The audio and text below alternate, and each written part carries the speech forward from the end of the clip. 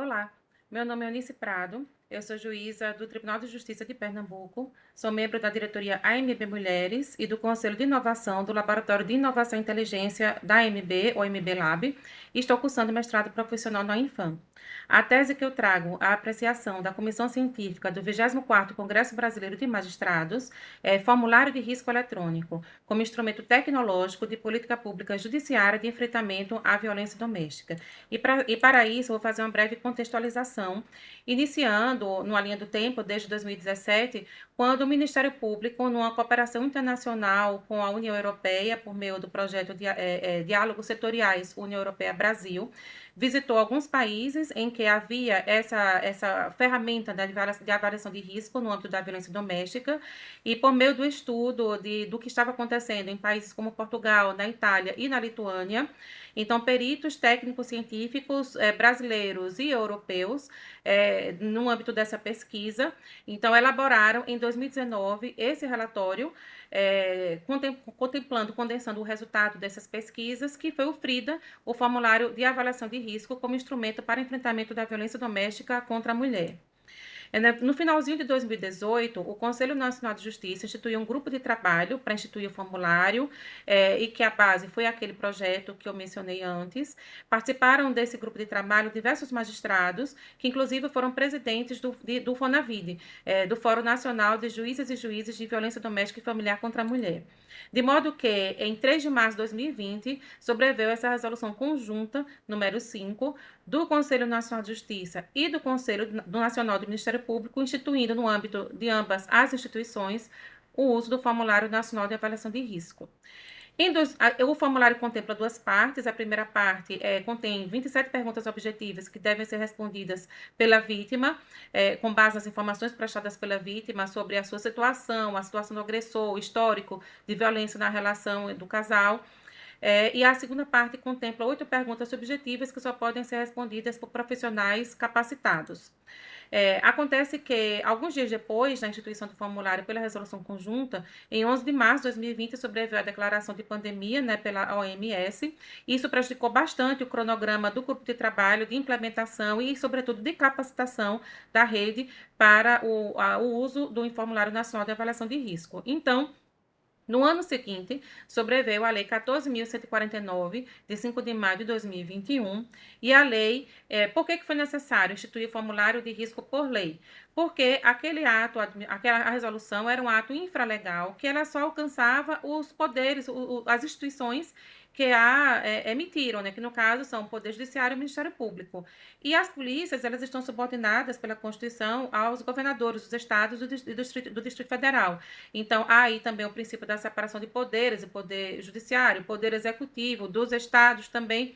Então, de modo que aquela resolução ela não obrigava esses outros, no caso, a corporação policial, ao uso do formulário. Então, esse problema se pretendeu superar por meio da lei, mas como nós vamos ver um pouco mais adiante, ainda não foi o suficiente. Então, estamos a falar agora dos principais fatores a considerar sobre esse tema. O primeiro deles é a audiência pública realizada no Congresso Nacional em 27 de setembro de 2021. Foi na Comissão dos Direitos da Mulher, e eles discutiram o que é que tinha acontecido desde a lei. Então, a lei foi em maio, essa audiência pública em setembro. Então, nesses meses que se passaram, e então foram convidadas diversas instituições que participaram ou da época dos estudos do formulário ou da implantação, para que elas dessem a sua opinião a respeito desse tema. E o que foi mais falado foi que a lei precisava ser aperfeiçoada para retirar essa expressão preferencialmente. O formulário deve ser preferencialmente aplicado pela Polícia Civil. Por quê? No âmbito do MP e do Ministério e do Judiciário, já tinha resolução que obrigava. A lei foi necessária justamente para obrigar a Polícia Civil. E aí colocar a palavra, a expressão preferencialmente, acabou esvaziando aquela necessidade que se tinha, que era de instituir uma obrigatoriedade para todo o território nacional, em todo o sistema, né, de enfrentamento à violência doméstica e familiar contra a mulher no Brasil. Então, há necessidade de avançar nesse ponto. Um delegado participou dessa reunião, um delegado que ocupa um cargo na hierarquia do Ministério da Justiça e Segurança Pública, e ele mencionou que o SERPRO, o Serviço Federal de Processamento de Dados, no âmbito, ao desenvolver a delegacia virtual para o Sinesp, contempla o preenchimento eletrônico do formulário de risco. Isso está sendo utilizado por esses 10 estados, E houve necessidade de capacitar os policiais para o uso do formulário eletrônico, né? Agora, há que se dizer que outros 17 estados, unidades da federação, não estão utilizando essa forma eletrônica, e mesmo esses que estão ainda numa fase muito inicial, a maioria na capital, porque é um problema de conectividade que deve ser resolvido antes. Na questão da capacitação, o delegado mencionou que houve uma capacitação de 2 delegados por unidade da federação, são 27 unidades, compareceram 54 delegados, quando só esses 10 contemplam mais de 2.000 delegados. Então, vejam que tem aí um problema de capacitação a resolver.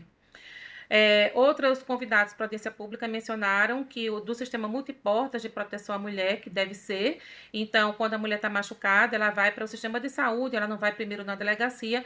Então, há também todos os órgãos de saúde e assistência social que eles compõem a rede de atendimento e que devem ser capacitados para o uso do formulário.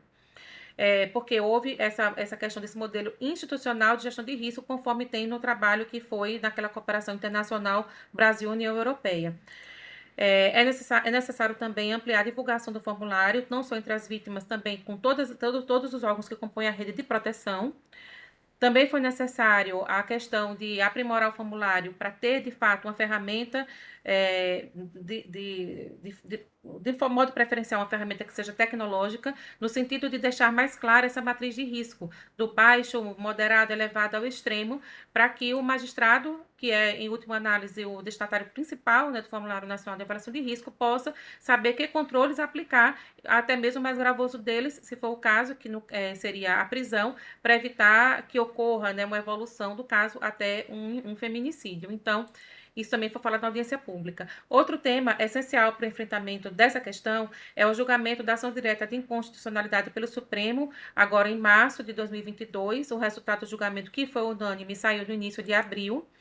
Essa lei questionada pela AMB, quem entrou com essa ação foi a AMB, questionando o dispositivo da Lei 13.827 de 2019, que autorizou que delegados e policiais, até mesmo policiais que não são delegados, defiram, concedam medidas protetivas em caso de urgência e quando o município não for sede de comarca. Então, a AMB ajuizou essa ação questionando, porque isso feria o princípio da separação dos poderes, era necessário garantir a reserva da jurisdição, mas o Supremo não entendeu assim, e o julgamento foi unânime, ele validou completamente a lei e levou em consideração que 1.464 municípios brasileiros não são sede de comarca. Então, nós temos no Brasil 5.570 municípios, em torno de 49% é sede de comarca, o que já contempla 89,7% da população, mas ainda assim há 2.898 municípios que não são sede de comarca e há 1.464 que sequer possuem, não são sede de comarca e também não tem delegacia, razão pela qual o Supremo validou a lei, permitindo que até mesmo policiais que não são delegados defiram a medida protetiva de afastamento do agressor. Porque o juiz ele vai homologar em 24 horas depois. Isso traz o desafio da capacitação policial, porque a corporação é enorme, só para citar algumas corporações, né? E esse fato já foi mencionado, a questão da capacitação na audiência pública no Congresso Nacional.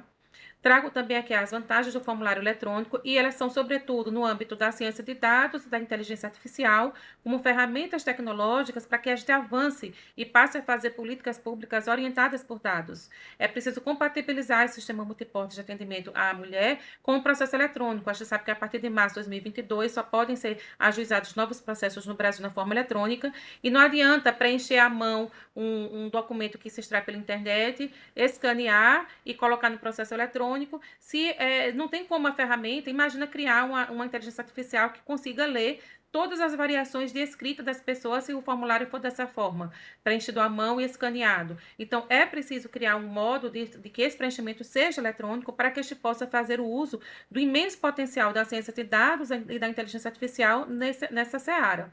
A exemplo do Distrito Federal, que no meio do ano passado, por meio dessa lei de autoria da CPI do feminicídio, criou o Sistema Distrital de Avaliação de Risco com esse banco de dados. Fica uma boa prática. Essa questão do IDEATOM, o Laboratório de Inovação da MB, do qual eu participo, no ano passado, a gente fez, né, o laboratório fez essa premiação, Essa foi uma das grandes ações institucionais do laboratório do ano passado, e 3 magistrados foram vencedores. O primeiro projeto foi do Tribunal de Justiça de Mato Grosso do Sul, com protetivas online, depois do Ceará, proteção na medida com diversas ferramentas tecnológicas, e do Paraná veio uma ferramenta de Business Intelligence.